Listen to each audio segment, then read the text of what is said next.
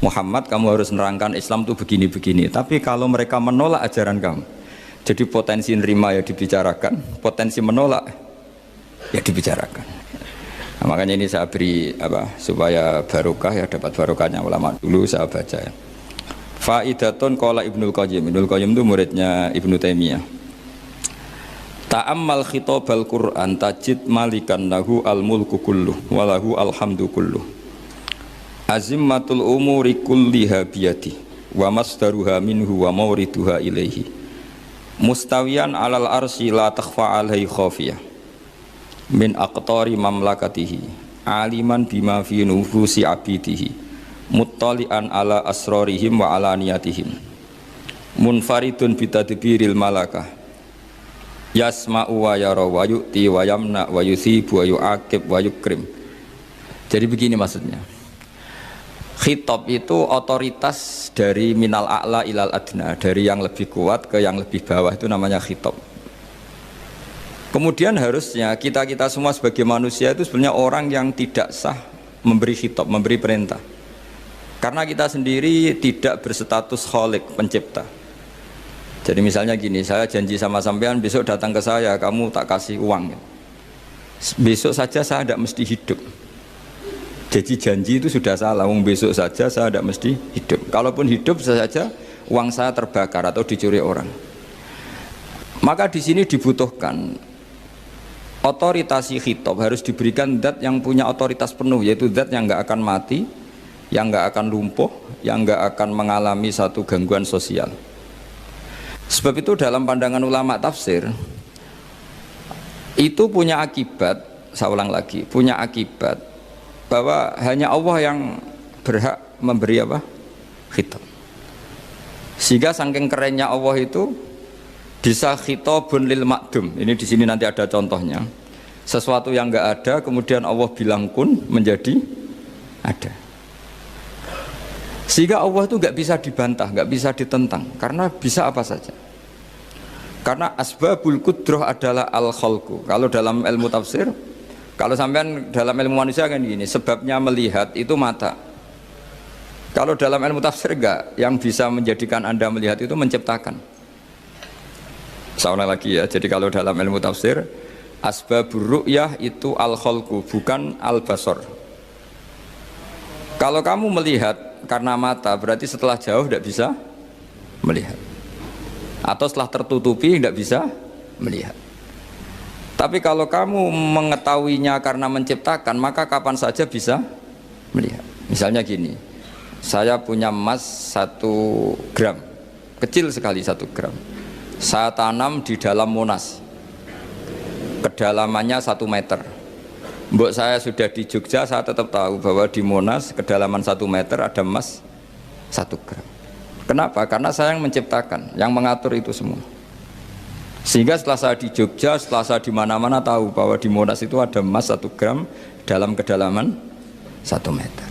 Sehingga Allah ketika mengatakan saya ini zat yang super tahu, itu kata Allah gimana? Ala ya'lamu man khalaqo. Ala ya'lamu ana ta ora ngerti sapa man wong zat khalaqo kang gawe sapa man. Masa orang yang menciptakan kemudian tidak tahu? Jadi awal tahu itu karena menciptakan. Tapi kita ini sudah lama jadi bodoh karena kita tahunya pakai mata.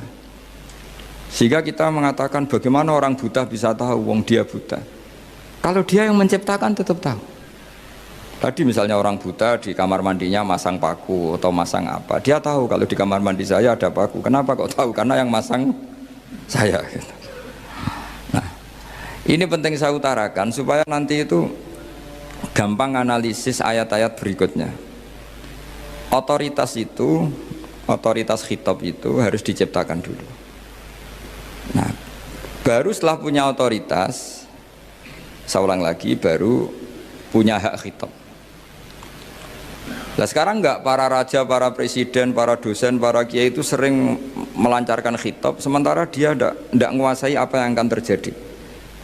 Makanya Allah mengkritik kabura maktan indawahi antaqulu ma la tafalun. Itu salah besar ketika kamu seakan-akan memegang otoritas pada sesuatu yang sebenarnya kamu tuh enggak pernah melakukan, enggak pernah ikut menciptakan. Misalnya, "Jong kowe nak nurut aku, sebenarnya mesti uripmu kepenak."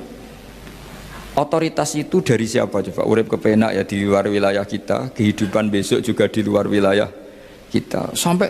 Sampai kita kalau mau ke kuburan itu panduannya Nabi gimana kalau berdoa? Apa? Assalamualaikum daro qaumim mukminin wa inna insyaallahu bikum lahikun. Salam untuk kalian semua dan kita insya Allah suatu saat akan bertemu, insya Allah. Padahal mati itu adalah satu keharusan. Tapi kalau yang di kuburan itu orang mukmin, kita tidak ketemu lagi sama mereka jika kita mati kafir, karena nanti tempatnya beda. Yang satu alamatnya surga, yang satu alamatnya neraka. Maka kata ulama, kata insya Allah di situ adalah kita masih berharap mati dengan status yang sama, sehingga bisa ketemu. Jadi itu artinya gini, di selain Allah itu bilang janji, bilang khitab itu nggak sah. Dulu kan Nabi Muhammad SAW itu saking yakinnya setiap problem itu ada malaikat Jibril datang, saking yakinnya. Suatu saat ada orang Yahudi tanya, Muhammad kalau kamu Nabi betul, beritahu kami tentang Dzulqarnain, beritahu kami tentang Ruh, beritahu kami tentang Luqman Al-Hakim. Nabi karena reputasi hariannya dipandu Jibril bilang, ya udah besok datang lagi ke sini tak jawab. Ternyata Jibril nggak datang, padahal semua ditunggu lama nggak datang sampai ratusan. Padahal yang tanya orang Yahudi yang sukanya bully Nabi, lama nggak datang. Lama-lama protes, Jibril ini gimana, saya dalam keadaan tertekan malah tidak datang. Datang Jibril dengan tanda kutip nyalahkan, yaitu ada ayat wala taqulanna li syai'in inni fa'ilun dzalika ghadan illa ayasya. Jangan katakan besok bisa melakukan sesuatu tanpa mensandarkan itu semua kepada kekuasaannya Allah Subhanahu wa taala. Akhirnya semenjak itu Nabi mensyariatkan kalau kamu janji harus mengatakan insya Allah.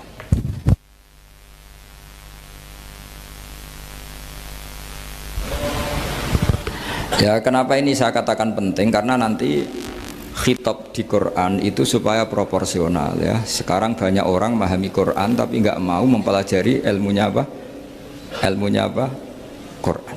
Termasuk ilmunya Quran tadi ya, ada 3 ingat ya. Khitabun lin Nabi itu bisa saja khitabun li ummati. Yaitu dalam kasus-kasus yang Nabi tidak ngalami kasus itu tapi yang ngalami umatnya. Nah, kenapa khitabnya tetap kepada Nabi? Karena yang bisa komunikasi dengan Allah itu hanya Nabi. Makanya bisa dilihat di ya Yuhan Nabiyyu itu mufrad mudzakkar. Nabi Muhammad itu satu orang yang berstatus lelaki. Kemudian idza talaqtum itu kalian semua. Harusnya kan kamu, karena dari satu orang ke satu orang. Tapi ini enggak. Wahai Nabi, jika kalian umatmu gitu. Jadi karena yang alami tolak itu umatnya. Terus kedua khitabun lin Nabi, dan yang dimaksud itu memang Nabi, kayak sholat tahajud. Sholat tahajud itu sholat yang memang untuk Nabi ya. Karena tahajud yang menjadikan punya hak syafaat itu hanya Nabi. Sehingga ngendikane ulama, Nabi itu wajib tahajud, tapi kalau umatnya hanya sunat tahajud. Jadi Nabi itu termasuk ya kelebihannya sekaligus bebannya wajib apa? Tahajud. Tapi bagi umatnya sunat. Kenapa? Karena Nabi ingin sekali punya hak syafaat.